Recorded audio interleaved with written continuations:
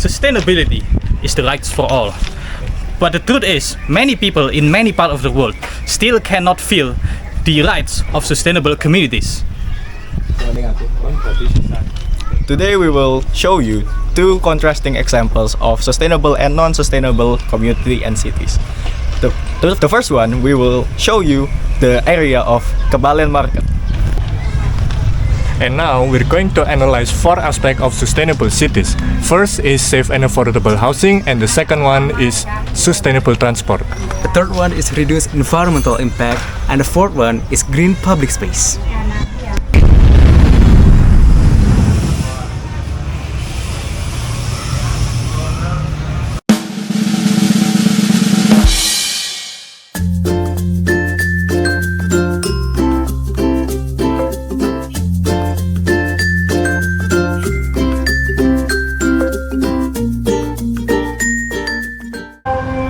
Okay, today we are at Pasar Kebalen, and we are going to interview one of the local leader, one of the youth leader here in Pasar Kebalen, and we are going to talk to him about. We are going to ask him some questions about, how sustainable the community around the Pasar Kebalen are.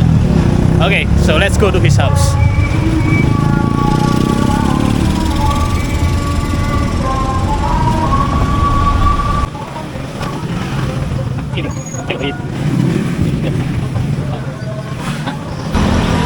Okay, so who are we going to interview, Mas Alam? Today we are going to interview a young figure and an entrepreneur in the area of Kebalen Market. Tiga. Do you think in this community housing is safe and affordable? Safe, yeah, pretty safe because the sense of community is very close. It's a very uptight community because everyone here lives very close to each other, so everyone basically knows each other.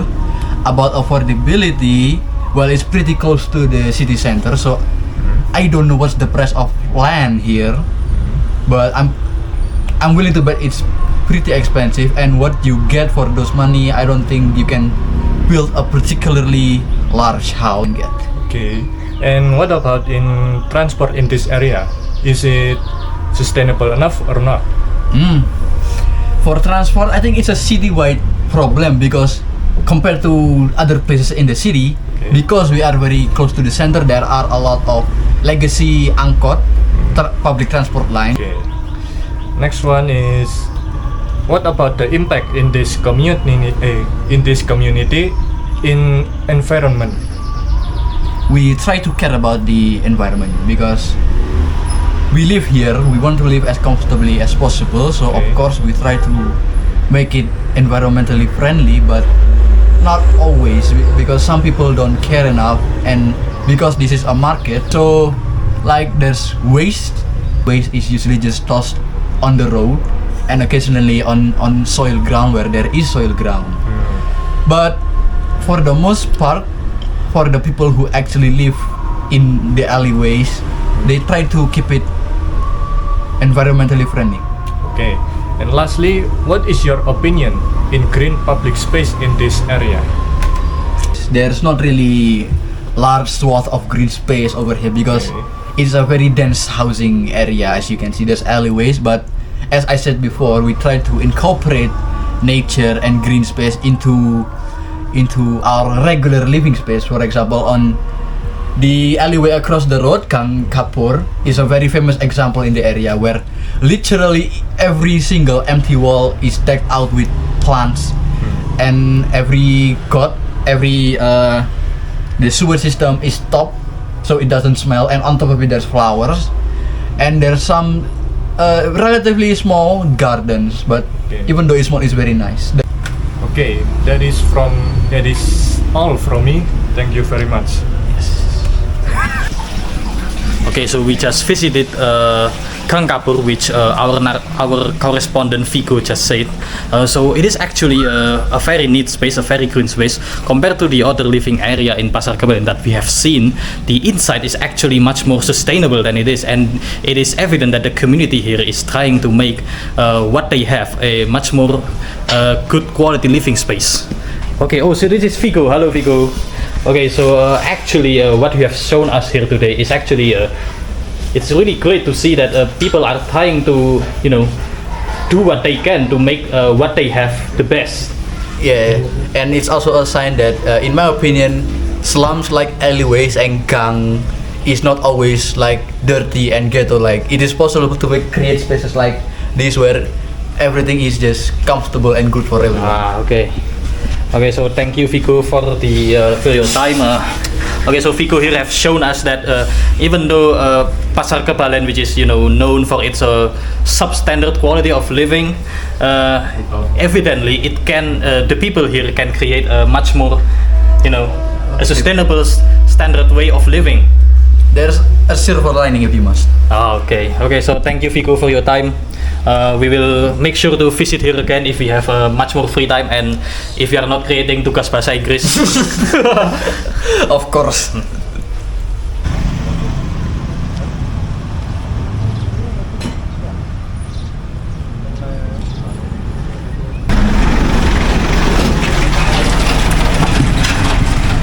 Okay, so after visiting Pasar Kebalen yesterday, today we are at a different location. This one is Pandian Village. Pandian Village. So in comparison to Pasar Kebalen, Pandian Village is actually much more greener and much more sustainable per se. And we are going to find out what makes Pandian Village more sustainable than Pasar Kebalen. Okay, so let's go. Alright, good morning, sir. Can you introduce yourself? My name is Muhammad Rafi Anwar, but I usually called by Yono. Ya lanjut. Alright, Mr. Yono. Today I'm gonna ask you a couple questions about your environment. You can answer them as you think. Okay. First, I want to ask: is the housing here safe or affordable? The housing here is very affordable because it's located in the village near Malang City, but not near enough. Oh, okay.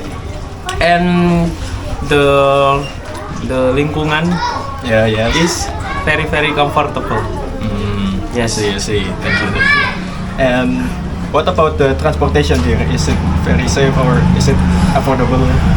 I mean, if we can see at the street, many people that has car don't park their car inside their house because they didn't have garage for their car to be parked there. I see. About the people here, do they care about the environment? Yes, very much indeed.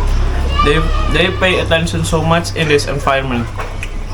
So much that every week, Sunday, they usually gathered all the people and then they all cleaning up all the village from the south to the east, west, north. Oh, yes. okay. Yes. Oh, that's very impressive. They called it gotong royong.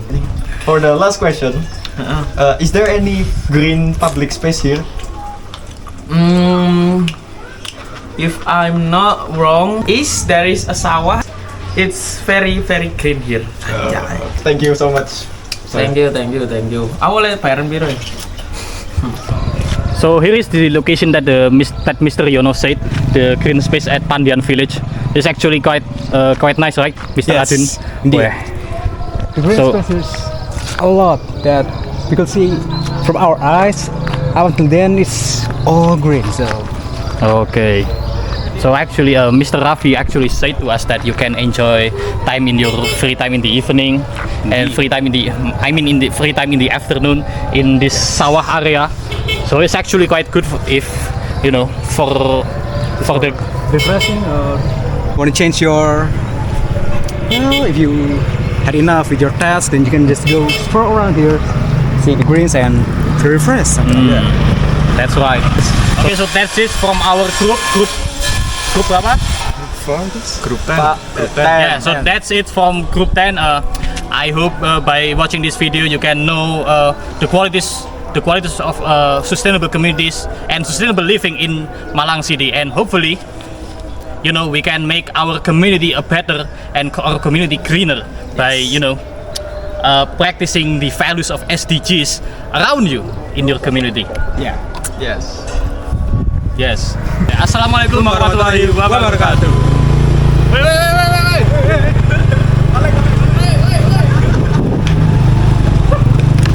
Okay guys,